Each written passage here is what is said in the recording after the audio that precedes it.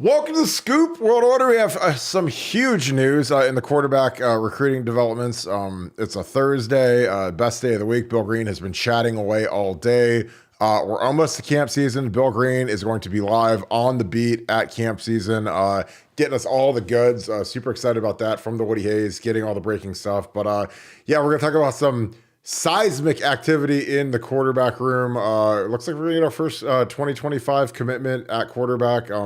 We're going to get into that. We're going to talk a little about some of these snafus in the scheduling. We're going to talk a little bit about Michigan State and Penn State moving into Ford Field, which is crazy. And what could that mean for Ohio State home games in the future? But all that being said, as always, thank you guys, as always, for doing all you do to support this channel. Thank you for leaving a like. You click that little like button. That is huge for us. Click the subscribe button. Also, click that little alert bell if you really enjoy our content. Hit that alert bell. We'll be doing these every night, especially as we get into camp season. They're going to be fantastic. And as always, shout out where you're from. We love hearing where you're from. And comment, who do you think ends up as the quarterback or quarterbacks in that 2025 class? Because there's a phenom out there that we're still chasing. We're taking a local kid. We're going to get into that. But going to bring in my good friend, Nevada. Nevada, how are you doing today? I'm doing great. I always say I like to give credit where credit's due. And Bill the Bank Green kind of inspired me earlier this week when he was talking about fading Michael Block on this week to make the cut. And he was talking about all these different parlays that you can do. So I parlayed Michael Block to miss the cut to about 19 different, possible things.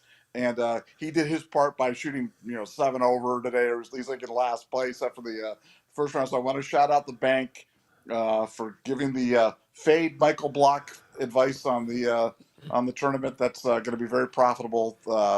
Thank you, Bill. Appreciate it.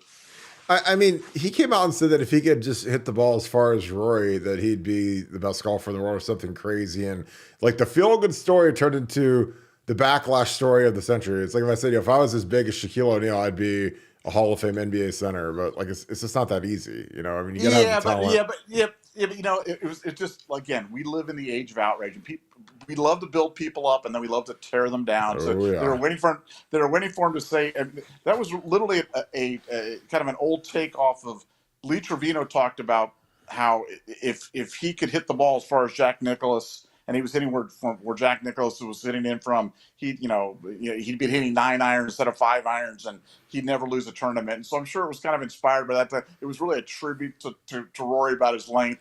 But people, when they want to turn something on its head, it became, it's a slam. He said he's going to be the greatest golfer of all time. And we hate him now. We hate him. And so, Michael's going to go back into obscurity pretty quick. But he had his one shiny moment. So God bless him.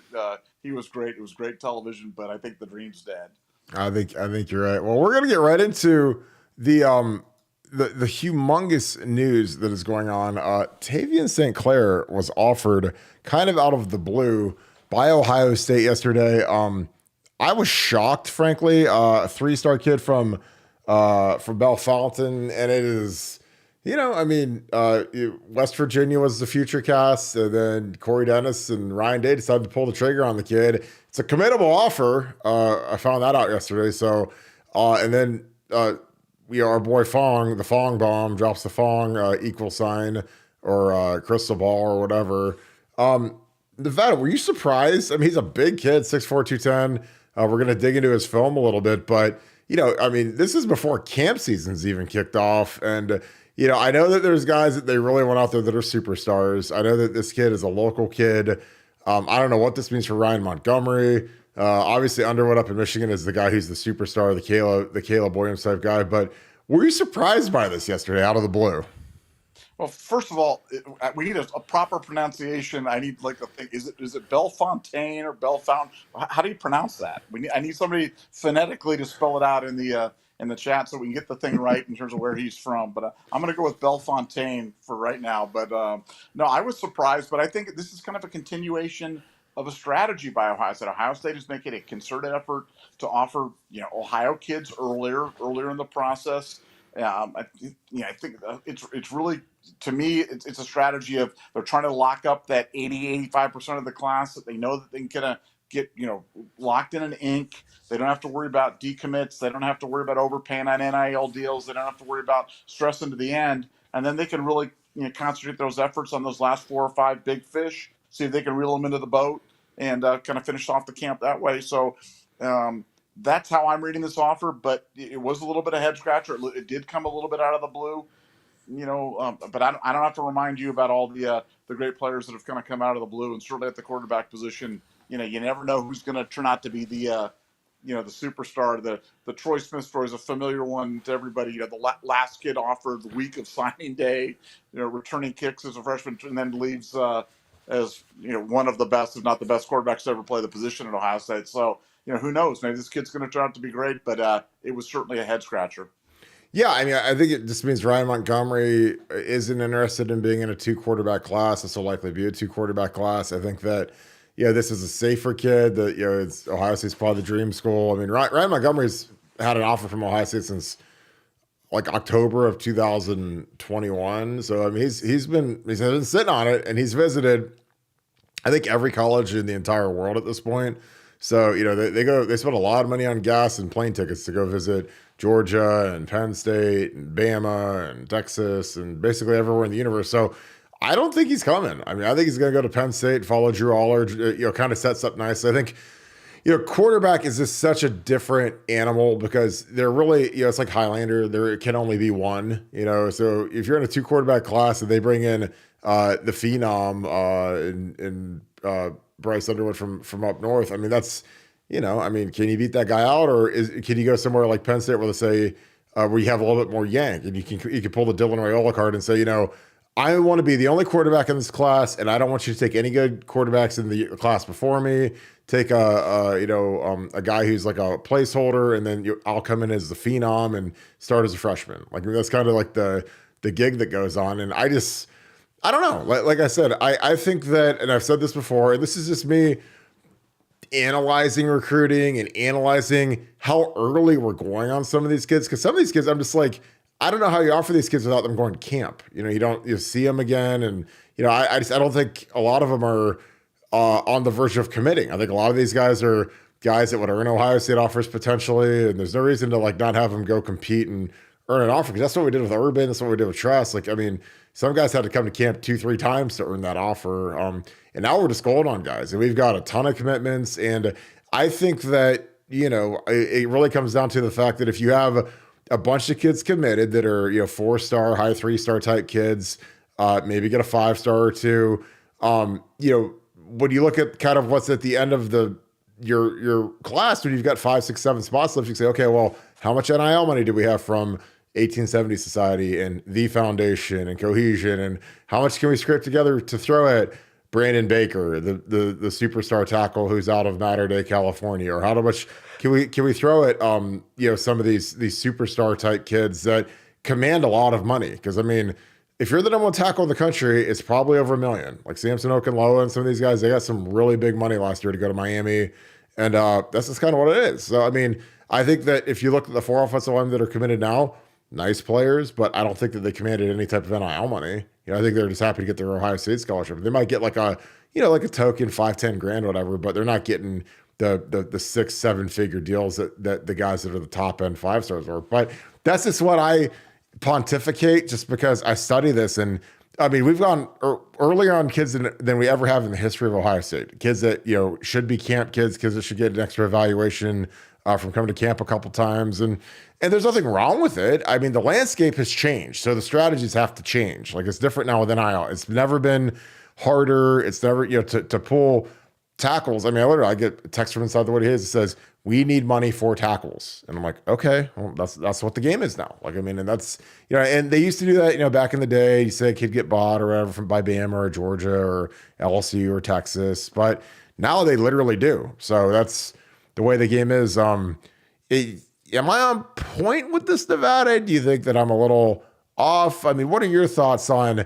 the new strategy, taking guys really early, before camp season, which is crazy, because normally you kind of hold your offers at camp so you get that last eval and you get to see guys side by side, get to see them compete. But that ain't the case anymore. But what are your thoughts on that? Well, you're 100% right in terms of, look, the game has completely changed. Let me give you another example of how the game has changed. If you're Ohio State and if you're listening to this podcast, which I know you are, so Mark Pantoni, take notes here. This is gonna be Nevada's tip for the day. Pull out your pen, do this thing. Ohio State should go out to the 5, 6, 7 offensive linemen in the state that they want and sign them all to NIL deals that equate to what the money costs to pay for tuition. And now you've added 6, 7, 8 guys that would come to Ohio State, not under scholarship, but under NIL deals. And now you've got your depth for your offensive line room or for whatever position that you want to fill. But I use offensive line just because, one, Ohio State generally has a plethora of projects. 2, those big guys take longer to develop than other positions.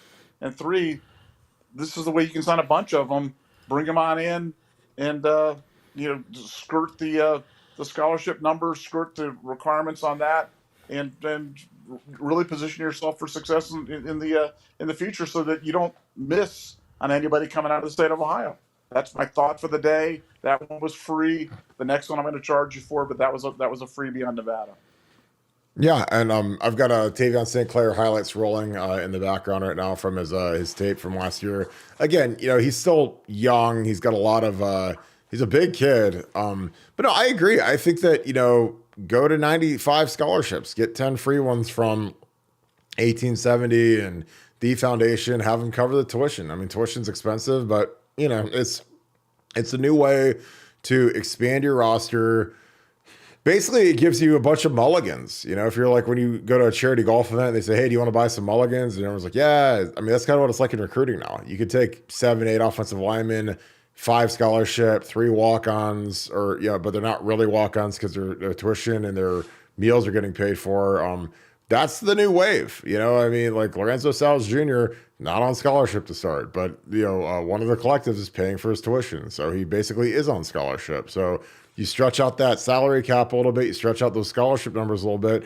I think it helps because, some years there's, they say you can't take them all, but back in the day before there were scholarship limits, Woody Hayes used to take everybody because, like if you can take 10 offensive linemen and it keeps them from going to Michigan or Michigan State or Penn State, that second tier of Ohio offensive linemen, like, Ben Roebuck, William Satterwhite, the Hamilton kid, like offer them, take them, give them NIL deals. And then, when they all get there, you can sort it out and see who's the best college football players. And then you can kind of cut the fat off the guys that weren't really as good, or they didn't get better. They didn't get stronger. They didn't improve their technique. I think you do that across the board. I mean, I think you go to 100 scholarships, everyone gets 1, 2, 3 more extra, give the O-line 3 extra scholarships and 1 extra quarterback. And, I think that's the new way to do it, man. I'm telling you. And maybe that's why you take a kid like Tavion St. Clair, because, the thing about quarterbacks is anymore, every quarterback we take, there's probably about a 50% chance that they're going to transfer out, so, I never get ultra excited about these kids because, this kid could beat out Underwood or Ryan Montgomery or whoever, the second quarterback is in the class, or he could never play. I mean, he could transfer out. I mean, it's kind of all over the map. And, but yeah, it's very interesting. Like I said, I was shocked that they went this early on a kid. He's a 3-star kid. And again, there's nothing wrong with that because I'm sure he'll be a 4-star tomorrow because, 247 in these sites, when they see Ohio State offer a kid and take a kid, they automatically take him to 4 stars. That's how it works. But yeah, like I said, big kid. Obviously, Ryan and Corey Dennis like him. I think that they don't feel great about Montgomery. I think that they want to get a quarterback in the fold. But yeah, it'll be interesting to see how he does at camp this year, how he does his senior year, or excuse me, his junior year, because he's only 25, so he's got 2 years left. But yeah, there's a lot of development, a lot of upside. Like, he's a big kid, which I love. He's an athlete, which I love. So there's a lot to like. And again, like if Ryan Day and Corey Dennis go on a quarterback, I'm good with that because they know more about they've forgotten the old saying, they've forgotten more about quarterback play and quarterback recruiting than I'll ever know. Maybe not offensive line recruiting, but quarterback recruiting. If they want to go on a guy, that's usually for a good reason. Nevada, we were going to talk a little bit about the indoor switcheroo by Michigan State. Michigan State moved their final home game of the year on Black Friday to Ford Field to play Penn State in the Detroit Lions Stadium, which is just like, it's weird to me. I kind of hate it just because, I hate, when you're in these half empty stadiums, and it'll probably be pretty full, but it's just, if you're someone that has season tickets or how do they coordinate that? Like, it's going to be really interesting to see how that works. Is it like a 1-for-1 ticket kind of section deal with the season tickets? But what were your thoughts when you found out they're going to play a Black Friday game at Ford Field, and it's two pretty decent named teams in the Big Ten? Well, look, it's clearly this is a network driven thing where they're looking for the elements to be taken out of the equation so they can have a more aesthetically pleasing broadcast. And I get it, and I appreciate the fact that these two schools did it, ostensibly for the betterment of the Big Ten media deal and for the betterment of their partners, which I always respect when people do selfless things like that. But it kind of led me to thinking about Gene Smith's comment about, when they were talking about the expansion of the playoffs and the first round of the playoffs being home games for teams, for the higher seeds, for the 5 through 8 seeds, and he was talking about moving that game to a neutral site dome.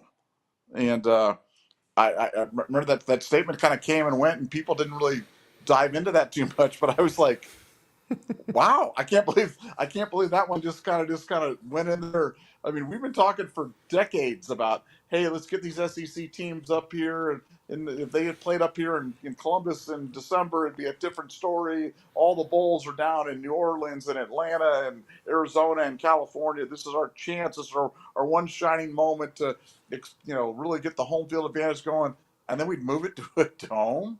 I mean, look, I understand Ohio State's a high skill team, fast track team, and everything like that, but I can't imagine giving up the real home field event. I mean, there's I know we've lost plenty of games because they're look, these are good teams that come in, but I'd rather be playing a game in Columbus, in the Horseshoe, than anywhere else in the world with the Buckeyes, because I think there's magic in that stadium. And when that statement kind of came and went and people didn't really react at all, I think I don't know, did people just not hear it, or did they not believe it, or what? But I found it pretty astounding, and this kind of dredged this up when I saw this thing going on with Michigan State. I'm like, man, this is happening, and this certainly could happen, and I just wonder how people would react if it did happen. That'd be crazy. Well, I think it would suck, because if you're Ohio State and you're these kids and these parents, and they say, oh, hey, by the way, you guys are going to play, not Michigan, but like a tier down game. Like Ohio State's going to play Penn State, but they're going to play it at Lucas Oil in November. Like, that sucks for Ohio State, because you lose a premier game in the shoe. It sucks for all the hotels in Columbus, all the restaurants, all the commerce that goes on in Columbus, the atmosphere, the vibe. I don't want to go tailgate outside of Lucas Oil. I want to tailgate at the shoe. Like, I mean, people are used to their routines. They like most of the Ohio State fans are within 15, 20 minutes of the Horseshoe. So they gas up the car, head down, watch the game, and then they're home. Like, getting in the car, driving 3 hours to go watch a game just because you got to play in a dome.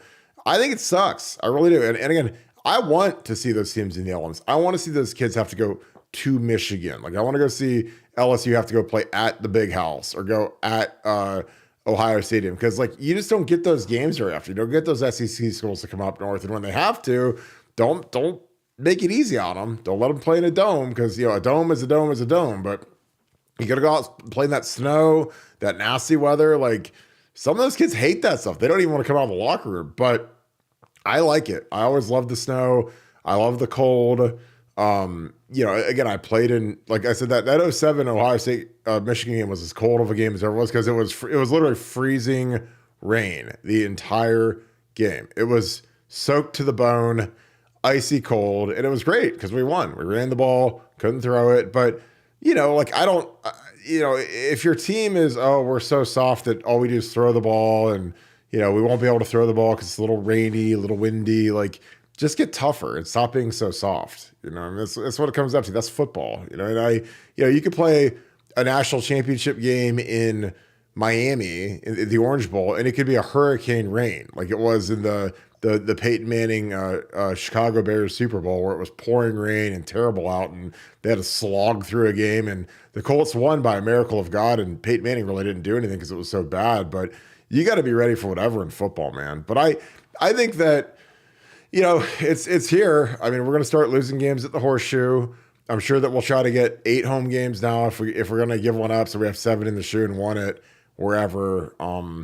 But I don't like it as a player. I don't like it. I mean, we go on the road enough. Like, I don't want to have a quote home game in a dome. But I'd love to see your comments on that and see what you guys think about that, because I'm anti that. Like, I like playing in the shoe. Our fans like being in the shoe. The parents like being in the shoe. And it's almost like you add a whole nother like another Big Ten championship, another bowl game, another set of hotels. Yeah, I don't know. I'm not a fan of it. Do you think in the next, let's just go 5 years, that Ohio State will lose a scheduled home game to a domed, I mean, it would have to be Lucas Oil unless they put it in Ford Field. Will they lose a game to a dome in the next 5 years, Nevada? I think they're laying the foundation. It won't be a regular season home game. I think they're laying the foundation to play that first playoff game if Ohio State is not a 1 through 4 seed, and obviously not a 9 through 12 seed, but they're a 5 through 8 seed. I think they're positioning that to play that game on the road, and I think it would be probably at Lucas Oil. That's where they play that game, and I mean, again, I couldn't be more against something like that. I think that would be preposterous, but I really think that's the. I think I think the writing's on the wall. I think that's going to happen. Well, I think that the crazy part is, how do you make that revenue up to Ohio State? Because like every home game, they make literally millions of dollars in tickets and parking and the whole 9 yards. Like, and then you move it to Lucas Oil. I mean, I imagine you're still going to get some portion of the gate, but when you're at Ohio State, you get all the gate, you get the whole gate. You get all the concession money, you get all that. So that's the thing I don't know. I mean, I'm sure that, you're gonna have to split it to rent Lucas Oil out, but again, put a dome on the Horseshoe. I mean, if that's what you're so worried about, you're that scared, just put a retractable roof up or something. I don't know. Or find a solution that's in the state of Ohio. Because us playing a home playoff game in Indiana is just asinine and stupid, even though that's kind of what we're like gearing to do. Again, I like playing in the state of Ohio. We don't have any dome stadiums. I don't know if we're ever gonna have a dome stadium in Ohio, because most of the people in Ohio like the elements. They like the cold. They like the snow. But that's just my opinion. Yeah, I would. Yeah, that would be amazing. So, Nevada, I'm going to throw this one on the screen because this is a great idea from Odysseus. Play a home game versus USC in the Raiders Stadium in Vegas. Now, that is something that would be fantastic. What would you think of that, Nevada? Well, I mean, Vegas has pitched that stuff. I mean, Vegas has pitched, all those those preseason games. You've seen those preseason games, like the Jerry World game. You know what I'm saying? Playing down there. They do that stuff, and that's they've managed to work out the economics on that. But I think games like that are absolutely inevitable, and those great locales with pseudo neutral sites with great stadiums. Look, I have no problem with that. If it's that extra game, if it's that extra, almost kind of like preseason game type of thing. But when you get into regular season games, when you get into the game, when you get into the playoff, again, if we've got Ohio State and we get Alabama or LSU or whomever, Florida, and we're not playing in the Horseshoe, like Oh my God. I know. I don't understand it. But like, it couldn't. Again, if that was such an issue, couldn't you do something like the O2, where you just put up like a giant like tent over the thing or something like that? I mean, wouldn't that kind of accomplish what you wanted to accomplish if that was that big of a deal? I mean, there's got to be something. Like I said, to have those teams not see those colors in the Horseshoe is crazy, and move them to Lucas Oil like they're just a regular. Like they hosted the national championship game, and I think it was Bama, Georgia, a couple years ago, and like it's okay, but it's an NFL stadium and there's not a lot of character to it where, you go, people want to see LSU play Michigan in the big house in the snow. People want to see Bama come to the Horseshoe in the snow in December. Like, that's what they want to see. They don't want to see, oh, let's make it a neutral site. Let's make it easier on the teams in the South who don't like the cold and they won't travel north after the month of October. And again, like, I just hate that we let teams off the hook. Like, we let them off the hook. We're just like, you know what? Fine, we'll play in an air conditioned venue. It'll be nice and easy for you guys, and that drives me absolutely crazy because I just think you gotta make it as hard as possible on these teams that are as talented, if not more talented than you are, to make them come play in the elements that they're not used to playing in. But that's just my opinion. Would love your opinion. See, I think.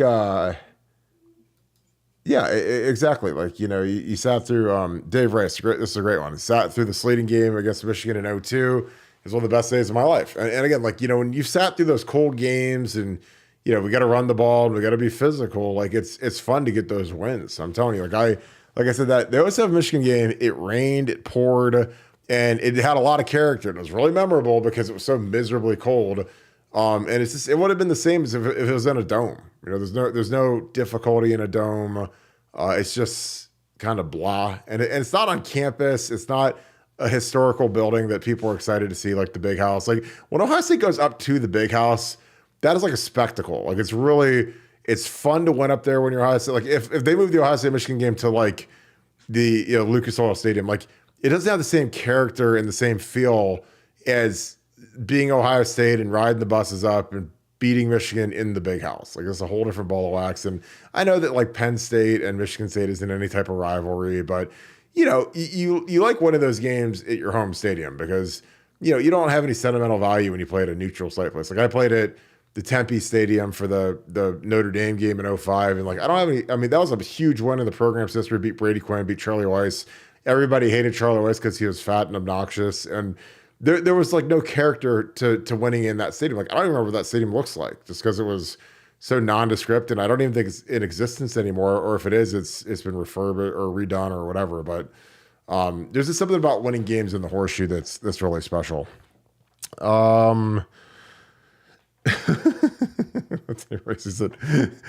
He said Ryan Day will ask Bama where they want to play and that they don't want to upset anybody. Is that how it's going to go, Nevada? I mean, again, just the idea that an Ohio State athletic director would even like float that idea in terms of doing it. Right? You're starting to see this stuff coming down. It's like, I mean, this is called preparation. This is how they do it. They kind of lay stuff out there, kind of get the thing, plant the seeds, and I mean, while it seems like a preposterous notion, there's a lot of preposterous notions that now we're living through right now that have all come true. So I never say never on ideas or thoughts. I would hope that if Ohio State was one unlucky enough not to be the 4 seed or the top 4 seeds, but lucky enough to be in the playoff, that they take full advantage. But boy, it's 2023, so anything goes. So who knows. Yeah, no, I think you're exactly right. I think they kind of lay that out there, and boy, what if we played a game at at Lucas Oil? I keep saying the R Stadium. That's the old Colt Stadium, and you see if there's like a general, insane reaction, or how crazy are the crazies when you put something like that in. And for me, I'm just like, I hate it, and I know nobody cares what I think, but I think it's just stupid to not play as many games in the Horseshoe as you can, even from a financial perspective, but. I think that there's a point where, I think that Michigan State lost in 2015 where we had the best team talent-wise maybe in Ohio State history, and we lost to a grossly inferior Michigan State team. The worst loss in Ohio State history for me, because not only was that, I know they made the playoffs that year, but they were starting their backup quarterback, and they were playing the number 1 Buckeyes in the shoe, senior day, the whole, 9 yards, and they had one guy on that team that could have started for us in Jack Conklin, their right tackle, and they had the one big D tackle, but it was just like, because it was rainy and it was cold and whatever, like, the elements played a factor, and the better team didn't win that day. But that day, I mean, Michigan State whooped us all over the field. So I don't know if they're hungover from that because they wasted, maybe the best collection of, those are all, I mean, that was the 14 team, just far superior because literally the entire team was back, including JT Barrett and Ezekiel and Taylor Decker and Bosa. And so, and then they went out, they played Notre Dame and just absolutely destroyed them in that Fiesta Bowl. But yeah, I don't know. Yeah, but Kirk, here's the thing. I really do believe this, and I hate even saying this, but I really do believe this. I just think it's a soft approach to football, and I think that softness has kind of seeped in. It's kind of insidious. It kind of, we talk about how do things happen. It's like a little at first, then all at once. It's like, you're Chuck at Charlie's. So you don't practice running as much, and you don't practice defending the run as much, and you're recruiting all these high profile quarterbacks and wide receivers, and you're a high skill team, and you're doing this, and then your AD comes to you and it's like, hey, what do you think about playing in the dome? Oh, that'd be great. We play in the dome. I just think we got to get away from this softness approach, and we've got to get back to playing Ohio State football. We can be high flying, we can be high skilled, but we got to be physical. We got to be tough. We got to run the ball. We got to defend the run. And I've been cautiously optimistic that Ryan Day tapped into something after the Georgia game. I really want to believe that going into 2023. I really want to see a more varied approach, and I think having it, but I think we just got to avoid. They talk. What's that like? Hard times make for hard men, and hard men make for good times, and good times make for soft men, or so, whatever that expression is. It's like right now we're in a thing where things have been so good that I think we're just kind of soft. You know what I'm saying? Like we got to get out of that. We got to get out of that, and we got to get tougher, and we got to avoid the insidiousness of softness. Yeah, I totally agree. I know the phrase you're talking about. I'm not even going to try it because I'll butcher it too. But it's basically like, soft men make hard times, and then hard men, got to kind of rise up and fix it. And that's kind of where we're at. Like, I mean, because I hate the Southern schools that dominate college football right now have every advantage in the entire world. Because, we play in, where are the playoff games at? Oh, they're at the Chick-fil-A Bowl, they're at Jerry World, they're at the Orange Bowl, they're at the Sugar Bowl. So, and then there's the Rose Bowl. There's like the one weird one in the Fiesta Bowl. So there's like two. So, 66% of the games are down in the South, counting Texas, counting Jerry World. Where's the championship game at? It's in Atlanta. Oh, who's the two-time defending champion? Georgia. It's at the Orange Bowl in the South, easier to get to. Better for recruiting, again, like it's like so it's like give the North an advantage for us. Make these kids come up and play in the cold. Make them come see Michigan and Ohio State up in the cold. Like, I mean, I want them to just come up here and hate it and get killed and just get whooped, because a lot of these kids, man, they don't even like to go to official visits because it's cold. Why do you think all these northern schools are having all the official visits in the summer instead of in November when it's rivalry season? Because the weather's nice. But but hold on here for a second. LSU coming up and playing Michigan in the Big House, because you've mentioned that a couple of times, and kind of that scenario as your dog is mauling the FedEx guy right now or whatever it is. Who are you rooting for in that game? You're for LSU. You're rooting for Michigan. Oh God, that's hard. That's hard. It's not. It's not hard. It's not hard. This is not hard. It's hard. It's hard for me. I mean, you're a stranger to me, man. What happened? What happened to? I hate the SEC. I hate. I like rooting for the SEC is like rooting for like Satan. I can't root for the SEC. Like, I mean, come on. Like, I mean, I can't. I don't know. Like that's hard. What happened? Hard times makes for soft men. Soft men. Am I soft men turn into soft men root for Michigan? Is that the stage we're at right now? You're Mr. Softy. You're like Mr. Softy right now. You're oh my gosh. Who are you? Oh my God. See, I don't know. I like. I want those SEC schools to come up to the cold and get whooped. Like I really do. And I mean, it's hard. I know. This might be the most disappointing podcast that we've ever had. despite the Orlando Pace slander, we've had other things going on, but this one, the rooting for Michigan right now. What you should go on their social media and like their post right now. Go do that now. Go do the Shemmy Schembechler, and I'll do that. I'll get right on that. Like their posts, like the OSU SID did, liking the post. I want to thank I want to thank John U. Bacon, Blake Corum for doing something. Like, oh, Blake Corum, he's the best running back. Blake, that retweet. Oh my God, kill me now. Oh, man, okay. I want to see down in the comments section who are you rooting for in an LSU at Michigan playoff game? Are you like Barton and you're on the Michigan train, or are you rooting for LSU?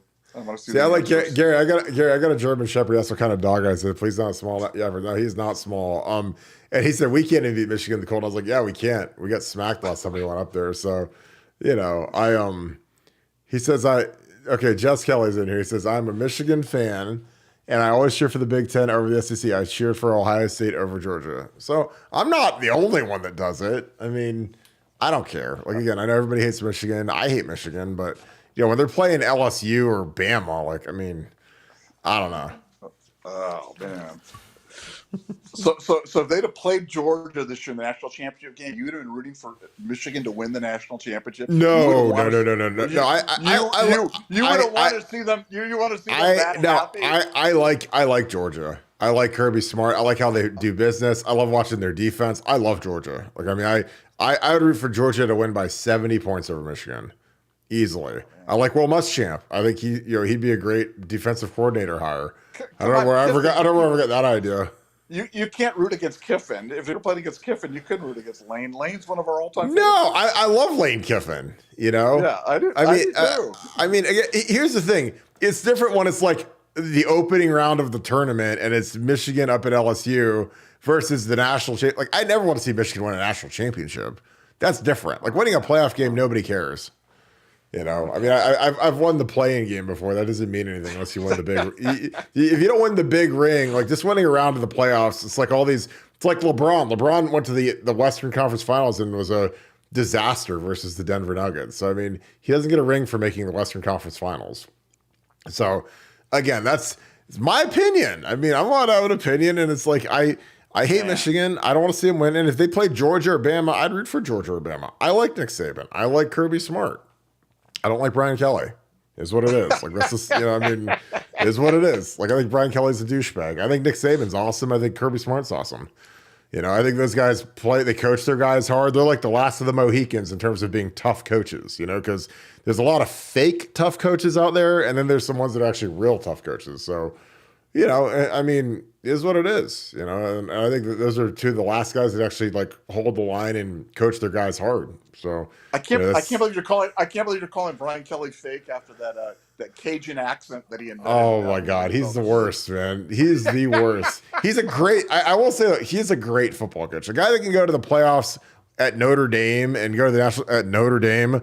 That's impressive. I'm sorry, because Notre Dame is like you got two hands tied behind your back when you're trying to recruit and get kids. There's no good players in Indiana anyways, so kind of is what it is. Well, we've kind of been all over the place. I'm gonna wrap this thing. There's some games starting that we're interested in watching tonight.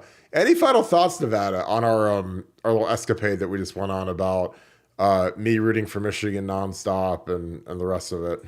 Yeah, Michigan, Kirk Barton, Michigan. We should meet at the Grove and pull up his tree, kind of do like the Downers Grove thing there, and poison his tree or something like that, and pull it out of there after the Michigan love. But great show. Interesting offer by Ohio State. Like you said, we're not going to question Ryan Day on a quarterback offer. That'd be silly. It'll be interesting to see how this class closes, but I can't wait for the Elite 11 to be out here in my backyard so I can watch our boy play it out here and size him up against the other great quarterbacks in the high school world. Yeah, I think it's gonna be interesting, man. We got an interesting run ahead, and he's at 2025, so it's a long time before he's signing. But yeah, it's been an interesting ride so far, as NIL has changed the way we do business in recruiting. Well, I am going to wrap this thing up. Oops, excuse me. Thank you guys. As always, this is a great show. A lot of great stuff going on. The St. Clair commitment is imminent, so that'll be coming. So you heard it here first. The edits are made, videos are made. It's a wrap. So welcome to Ohio State Tavion. I hope you enjoyed here. Keep balling, keep doing your thing. As always, if you enjoy this content, please leave us a like, click subscribe, click that little alert bell. We appreciate you guys as always. Thank you so much. Hope you have a good time tonight. We're going to be on BuckeyeScoop.com all day. Bill Green is doing his chat. A lot of great stuff going on. A lot of stuff getting cranked up on there. Camp season is here. We're going to have Bill Green out there all over that turf, mining for information and nuggets. So it's going to be a good day out of these Ohio State camps. So hope you're doing great. As always, I appreciate you. Thank you so much, Scoop family. Thank you, Buckeye Nation. I'll talk to you guys tomorrow. Go Bucks.